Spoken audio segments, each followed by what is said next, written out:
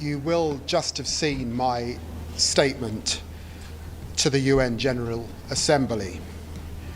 What I laid out is that the United Kingdom is now on a pathway to recognize the state of Palestine in September before UNGA.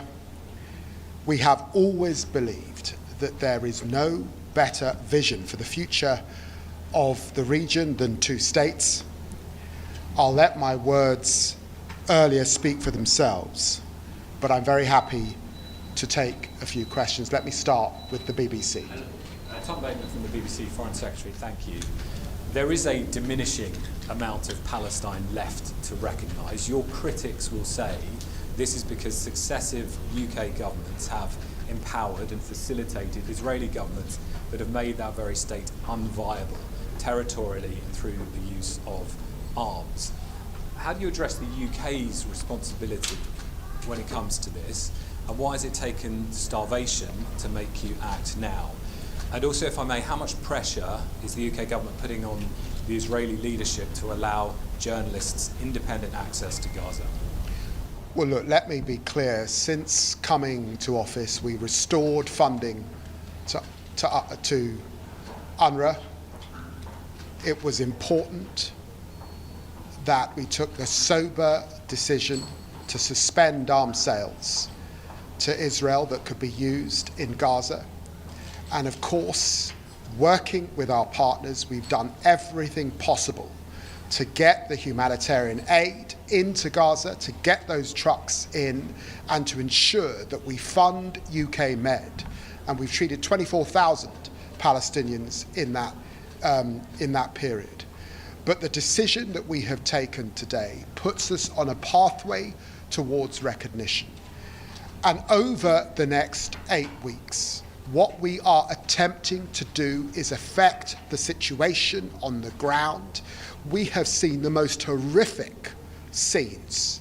The global community is deeply offended by children being shot and killed as they reach out for aid. The time has come for a ceasefire.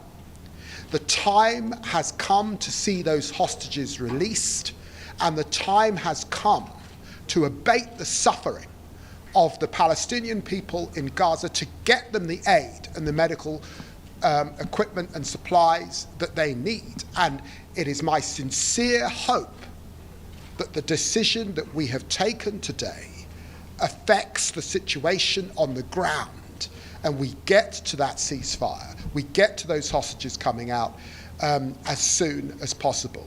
And let me say, it has always been the position of the United Kingdom government that we support aid workers, and we abhor the loss of life of aid workers. And of course, it's essential that journalists are able to go about their business in Gaza and report the facts as they see it without fear or favour. Al Jazeera. Al-Arabiya. Oh.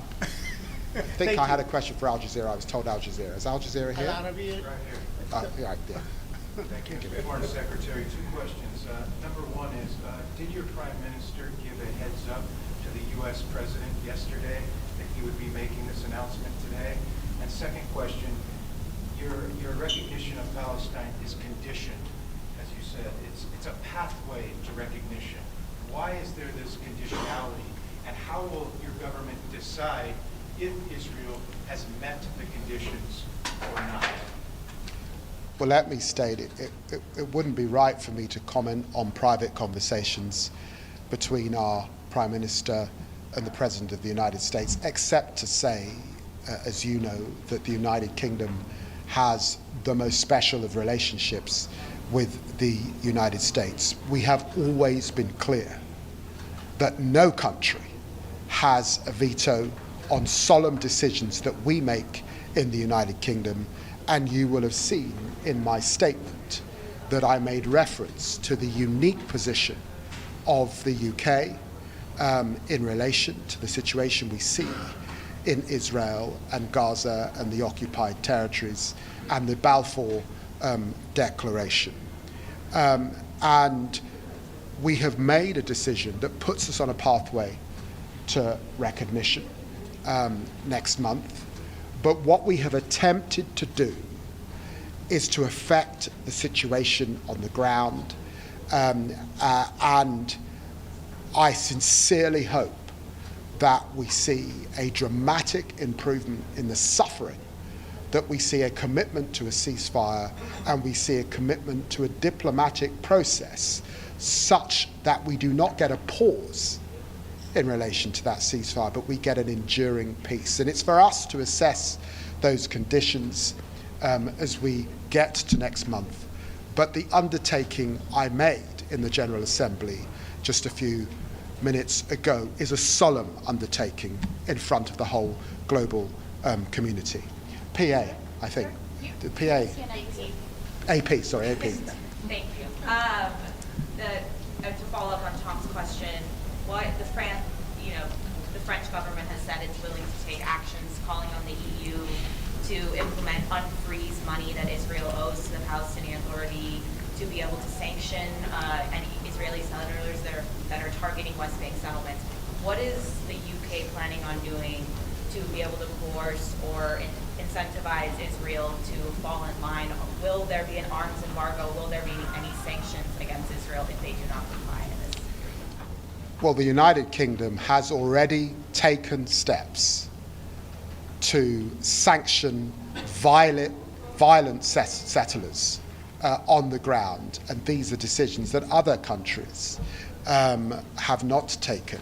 We also took decisions to sanction Ben Gvir and Smodrik, and these are decisions that the European Union have not yet taken. We indicated 27 foreign ministers came together with me in a statement just 2 weeks ago, and we indicated that we would take further steps to affect the situation on the ground, and we are clear about that. But today is about achieving the abatement of the suffering that we see on the ground. We have to have those trucks get in, and our assessment is that 25 trucks went in, I think on Sunday, perhaps up to 35 just in this last period. We have delivered 20 tons of aid with our Jordanian friends into northern Gaza in terms of airdrops to alleviate the suffering, and obviously to ensure that those airdrops landed safely in a clear path. But that will not ease the suffering that we are seeing, the malnourishment that now is widespread, and the fear of starvation that is a global concern.